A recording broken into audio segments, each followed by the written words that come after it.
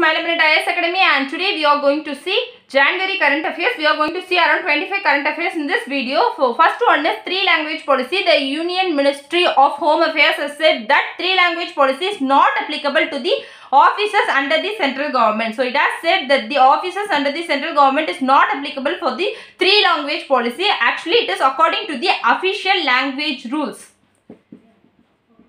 According to the Official Language Rules 1976 and the Official Language Act 1963, only bilingual policy is applicable to the officers of the central government. So, according to the Official Language Rule 1976 and the Official Language Act 1963, bilingual policy is the one which is applicable to the officers under the central government. That is the first question. Then second one is WCCB. WCCB stands for Wildlife Crime Control Bureau.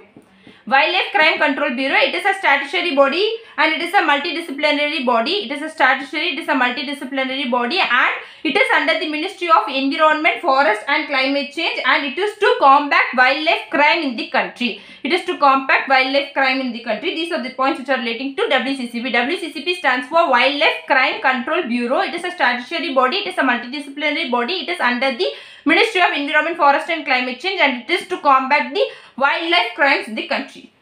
Then we have Polio Ravivar. Polio Ravivar. First, we should know what is this polio. Polio is an incurable disease. Actually, it is also called as poliomyelitis. Polio Ravivar. Polio Ravivar generally happens in Sunday. It is generally happens in Sunday, and during this Polio Ravivar, children are given polio vaccination, polio drops. Children in the age group of 0 to 5 years are given polio drops, and this polio ravivar will happen twice in a year, and it will generally happen in yearly months, and in this year it was happened on January 31, 2021, and it is also a Sunday.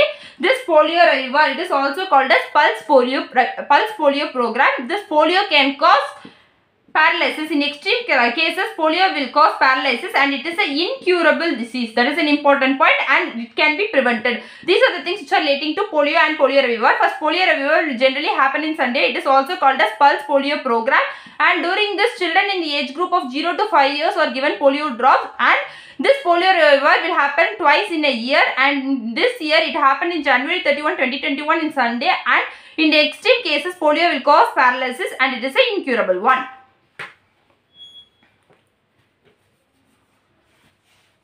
Then we have ECT in Colombo. ECT stands for East Container Terminal. East Container Terminal in Colombo. We have an agreement called as ECT Trilateral Agreement. ECT Trilateral Agreement is signed between Sri Lanka, Japan and India. These three have signed the ECT Trilateral Agreement, but the Sri Lanka has denied to come out with any kind of agreement or leasing with the India, which is against this ECT agreement. So it denied to come out with any kind of agreement or leasing with India, which is against this trilateral agreement. That is why ECT agreement is in news. So it is between Sri Lanka, Japan and India.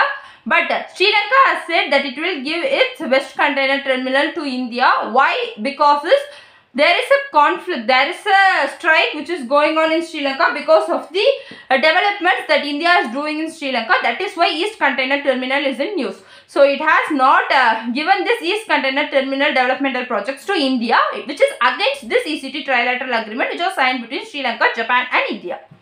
Then we have Central University. Recently our government has announced a Central University, and it was announced in Ladakh.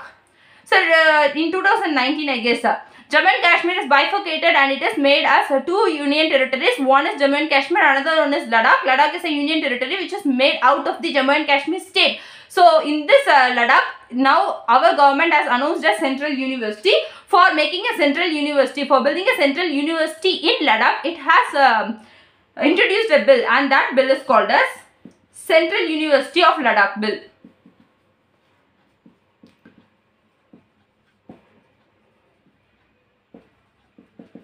So the thing is, the center has announced to build a central university in Ladakh. Ladakh is a union territory which is made out of the Jammu and Kashmir state, and to introduce the central university, to build the central university, it introduced a bill called the Central University of Ladakh Bill.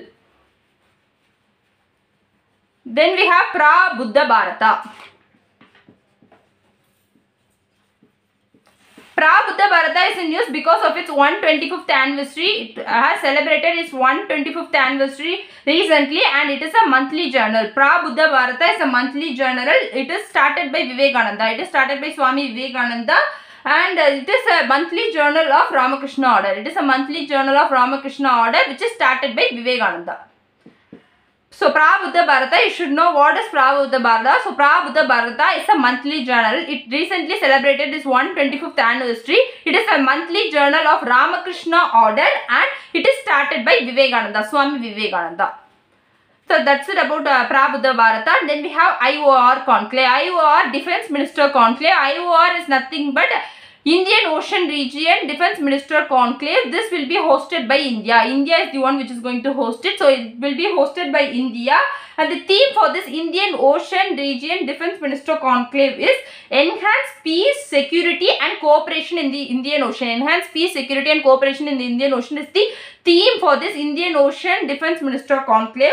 The reason for this conclave is because of the growing Chinese military assertiveness, growing military Chinese presence in Indian Ocean. So the growing Chinese military assertiveness in the Indian Ocean is the reason for its conclave.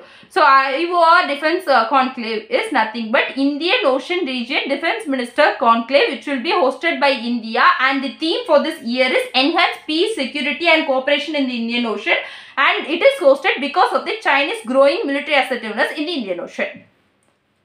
Then we have Kritagaya. Kritagaya.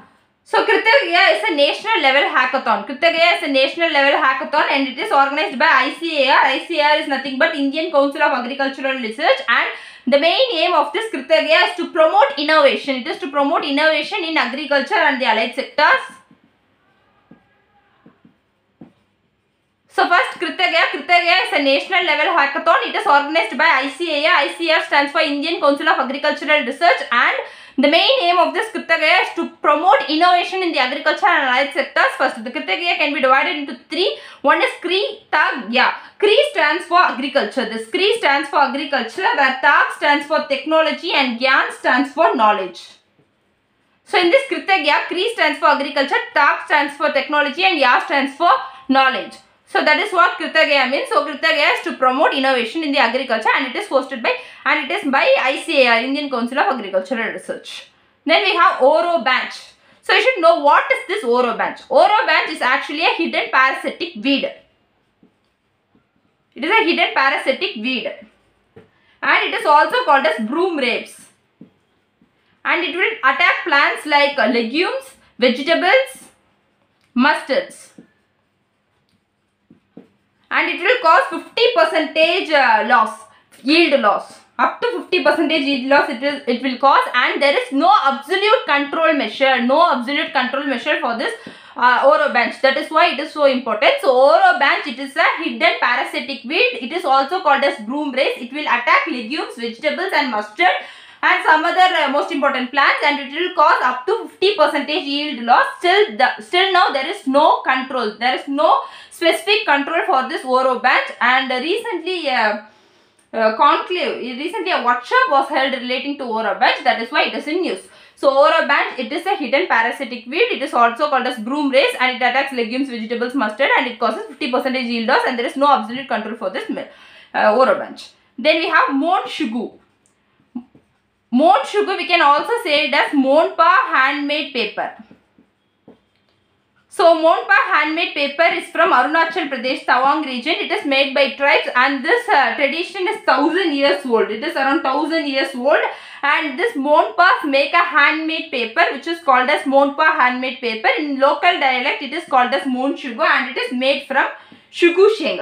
Shugu Sheng is actually a tree. From this tree this paper is made. It is made from Shugu Sheng, and it is followed in Tawang region. So Mon Shugu or Monpa handmade paper belongs to Arunachal Pradesh. First point, it is 1000 years old tradition, and this Mon Shugu is a local dialect name for this Monpa handmade paper, and it is obtained from Shugu Sheng. Shugu Sheng is a tree. From this tree only they obtain this paper which is handmade. Then we have Kapila. So you should know the full form for Kapila. The Kapila stands for Kalam Program for intellectual property literacy and awareness campaign.